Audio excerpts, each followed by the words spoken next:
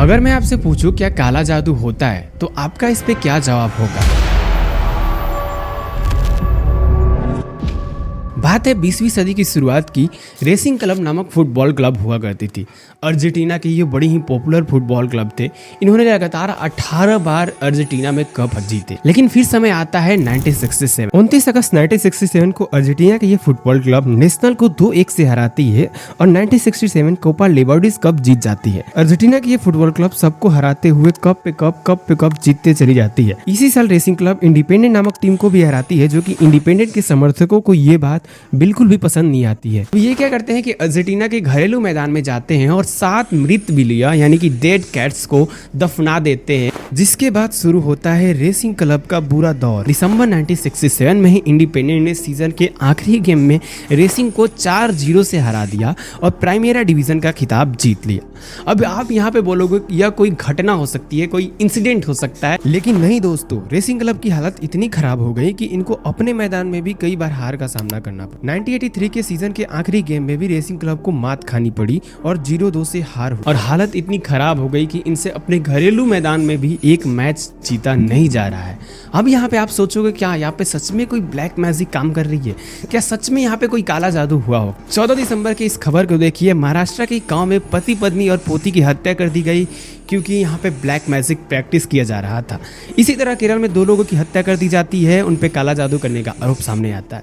जबलपुर में एक बुजुर्ग महिला की हत्या कर दी जाती है, वो भी तलवार से गर्दन ही सीधा काट दिया जाता है। वजह पूछने पे पता चलता है कि यहाँ पे काला जादू प्रैक्टिस किया जा रहा था। बस यही नहीं दोस्तों, कई सारी घटनाएं, कई सारी खबरें इस तरीके की रोज सामने आती रहती है। चाहे बात हो केरल में एक ही इंसान के 56 टुकड़े कर दिए गए, या फिर झारखंड में एक ही परिवार के 5 लोगों की हत्या कर दी गई और 14 साल में 2000 से ज्यादा महिलाओं की हत्या कर दी गई, जिसमें वजह है सिर्फ और सिर्फ काला जादू।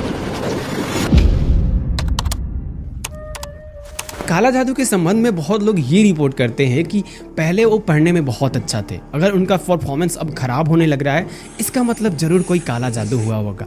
उनकी धन संपदा बहुत अच्छी थी, धन संपदा में कमी आ रही है, काला जादू हुआ होगा। कई मामलों में तो बुरे भाग्य को भी लोग काला जादू से जोड़ते हैं कि हम बहुत ही मेहनत कर रहे हैं, अगर यहाँ पे सफलता नहीं मिल रही है तो इसका मतलब किसी ने जरूर काला जादू किया होगा। इस तरीके की बातें अक्सर हमेशा काला जादू के संबंध में सुनने को मिलती है। लेकिन सवाल उठता है कि इन तथ्यों में, इन कथनों में सच्चाई कितनी है, कितना सच लोग ये बोलते होंगे।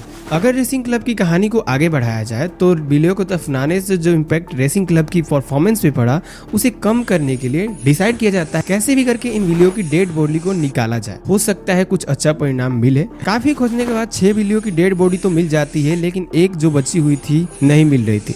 लेकिन काफी मेहनत के बाद भी 7वीं बिल्ली तो मिल जाती है। अब जैसे ही 7वीं बिल्ली को यहाँ पे निकाल दिया जाता है तो अब माना जाता है कि अब तो ये अभिशाप टूट गया होगा और अब ये चीजें सही हो सकती हैं। इसके बाद क्या जादू हुआ? उस साल रेसिंग क्लब 1966 के बाद पहली बार अर्जेंटीना प्राइमरी डिवीजन जीता। इस जीत को हासिल करने में रेसिंग क्लब को लगभग 35 साल का समय लग गया। इस कहानी के अंत ने सच में आपको काला जादू पे भरोसा करने पे मजबूर कर दिया होगा, लेकिन सच्चाई बिल्कुल भी ऐसी नहीं है। आइए इस कहानी की मिस्ट्री की जांच करते हैं।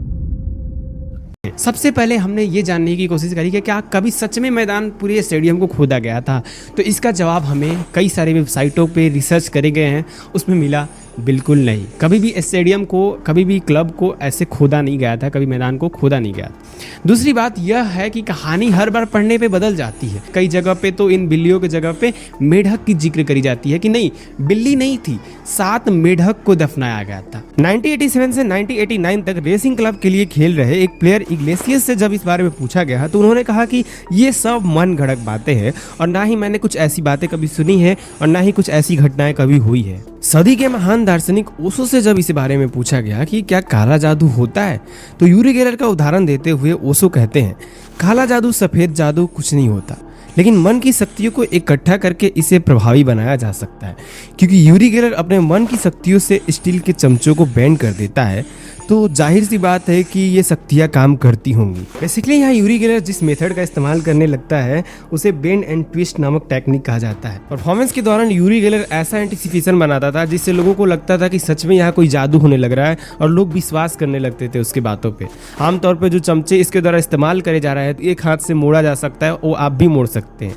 इसे और आसान बनाने के लिए इसके द्वारा स्पेसिफिक टाइप ऑफ मेटल के स्पून्स यूज करे जाते थे, जिससे पता चलता है कि यहाँ कोई भी मन की शक्ति काम नहीं कर रही है, यहाँ पे तो कोई गेम खेला जा रहा है। जब हमने ब्लैक मैजिक पे अपने स्टडी को और भी आगे बढ़ाया तो the national medical journal of India के वेबसाइट पे हमें ये पोस्ट मिली। इस पोस्ट के ऑथर है के.एस. जैकब, जो department of psychiatry Eastern Medical College Vellore Tamil Nadu से हैं। ये अपने पोस्ट में लिखते हैं, मैंने बचपन के दिनों में ही ब्लैक मैजिक और super natural system of beliefs के बारे में सुना था। हालांकि जब 1966 में मेडिकल कॉलेज में मैंने दाखिला लिया तो मुझे इसके बारे में और अधिक जानने का मौका मिला और इसी दौरान हमें अपने पहले साल के मेडिकल ट्रेनिंग पे काम सुंदरम नामक गांव भेजा गया।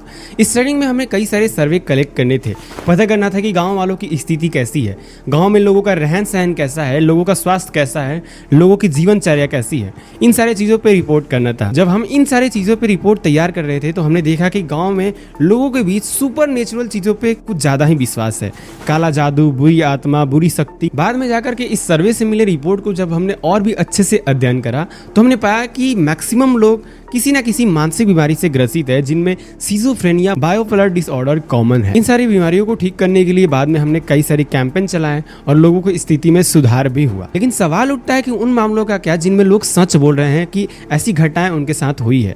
उन मामलों में दोस्तों लोग मानसिक बीमारियों से ग्रसित हो सकते हैं, जिनमें सिजोफ्रेनिया सबसे ज्यादा आम बीमारी है। अगर आप इस बीमारी के सिम्टम्स में नजर डालोगे तो आप देख सकते हो जो सिम्टम्स हैं वो मैच करती हैं जादू टोने या फिर किसी भूत से पोजेस हो जाना या फिर कोई शक्ति या फिर आत्मा का किसी पे कब्जा कर लेना। सेम वही सिम्टम्स बिल्कुल मैच करते हैं। इस इमेज में आप क्लियरली देख सकते हैं। जब कोई इंसान सिजोफ्रेनिया से ग्रसित हो जाता है तो ऐसी चीजें दिखाई देने लगती है या फिर ऐसी बातें सुनाई देने लगती है जो हमें नहीं सुनाई दे सकती, सिर्फ उन्हें ही सुनाई देती है। या फिर इंसान ऐसे बर्ताव करने लगता है जैसे कि उस पर कोई जादू कर दिया गया हो या फिर कोई बुरी आत्मा उसके शरीर के अंदर घुस गई हो।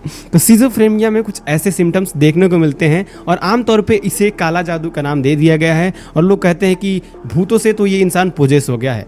लेकिन उन मामलों में सिजोफ्रेनिया जैसी बीमारी सामने आती है। एक दूसरी बीमारी है डिसोसिएटिव आइडेंटिटी डिसऑर्डर। पहले इसको मल्टीपल पर्सनालिटी डिसऑर्डर के नाम से जाना जाता था और जिसका नाम देख करके आपको पता चल रहा है कि मल्टी पर्सनालिटी डिसऑर्डर मतलब एक आदमी का खुद की असली पहचान छोड़ के दूसरा आदमी बन जाना। इस बीमारी से ग्रसित इंसान ऐसा बिहेव करने लगता है कि उसके अंदर कोई आत्मा घुस गई है, उसके अंदर मल्टी पर्सनालिटी आ जाती है, कुछ ऐसे चीजें ट्रिगर होती है जिससे उसका पर्सनालिटी चेंज हो जाता है। इसे देख के आपको कुछ याद आता है?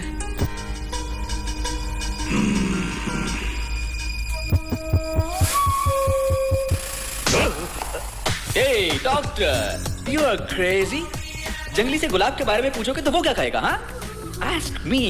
आवाजें बदल जाती हैं। Hey, डॉक्टर, हम भी को क्यों पूछ के परेशान करते हो? इस तरीके के ढेरों सारे मेंटल और न्यूरोलॉजिकल बीमारियां हैं जो लोगों को होती है, लेकिन लोग समझ नहीं पाते हैं। लोगों को लगता है कि नहीं भाई, भूत ने कब्जा कर लिया है या फिर कोई आत्मा ने कब्जा कर लिया है या फिर किसी ने काला जादू कर दिया है। महल का असली भूत कोई और नहीं, तुम्हारी बीवी है। What nonsense? क्या बकवास कर रहे हो? इन बीमारियों में लोग कुछ ऐसा ही कहते हैं। अब आप सवाल करोगे कि उन मामलों का क्या जिनमें लोगों की जान चली जाती है काला जादू या फिर ऐसी चीजों की वजह से। उन मामलों में दोस्तों कई सारी कारण मौजूद है। जितने सारे मैंने आपको न्यूज आर्टिकल्स दिखाए में सिर्फ आपको एक ही कॉमन चीज मिलेगी, वो सिर्फ शक। लोगों को शक हो गया था कि वो काला जादू प्रैक्टिस करने लग रहा था, इसलिए उसकी हत्या कर दी गई। दूसरा, कई सारे ऐसे तांत्रिक मंत्र, तांत्रिक विधियां उपलब्ध हैं जिनको लोग प्रैक्टिस करते हैं। प्रैक्टिस करने के दौरान उन विधियों में किसी ना किसी की बलि कर देनी होती है, बलिदान देना होता है, तभी जाके उस इंसान को सिद्धि प्राप्त होती है, तभी जाके उस इंसान को शक्तियाँ प्राप्त होती है। तो ब्लैक मैजिक सीखने के क्रम में लोग दूसरे को मारना प्रेफर करते हैं ताकि उन्हें कोई शक्तियाँ मिल जाए। लेकिन सोचने वाली बात है कि अगर सच में ऐसा पॉसिबल होता कि कोई शक्ति मिल जा रही है इन सारे सिद्धियों से, इन सारी विधियों से, तो लोग आजकल सरकारी नौकरी छोड़ करके इन सिद्धियों के पीछे भागते क्योंकि इनमें कंपटीशन थोड़ा कम है। उसामा बिन लादेन को पकड़ने में अमेरिका को कितने साल लगे थे? 10 years। एक टेररिस्ट को पकड़ने में ओसामा बिन लादेन को पकड़ने में अमेरिका सुपर पावर को 10 साल लग गए। जस्ट इमेजिन, अगर Osama bin Laden Howrah bridge गिराता तो बंगाली लोग गुड़िया बनाते, उसमें मारते पिन। अब उम्मीद है दोस्तों आपको ये वीडियो पसंद आया होगा। पसंद आया तो वीडियो को लाइक करिएगा। चलिए मिलते हैं नेक्स्ट वीडियो में, तब तक के लिए धन्यवाद।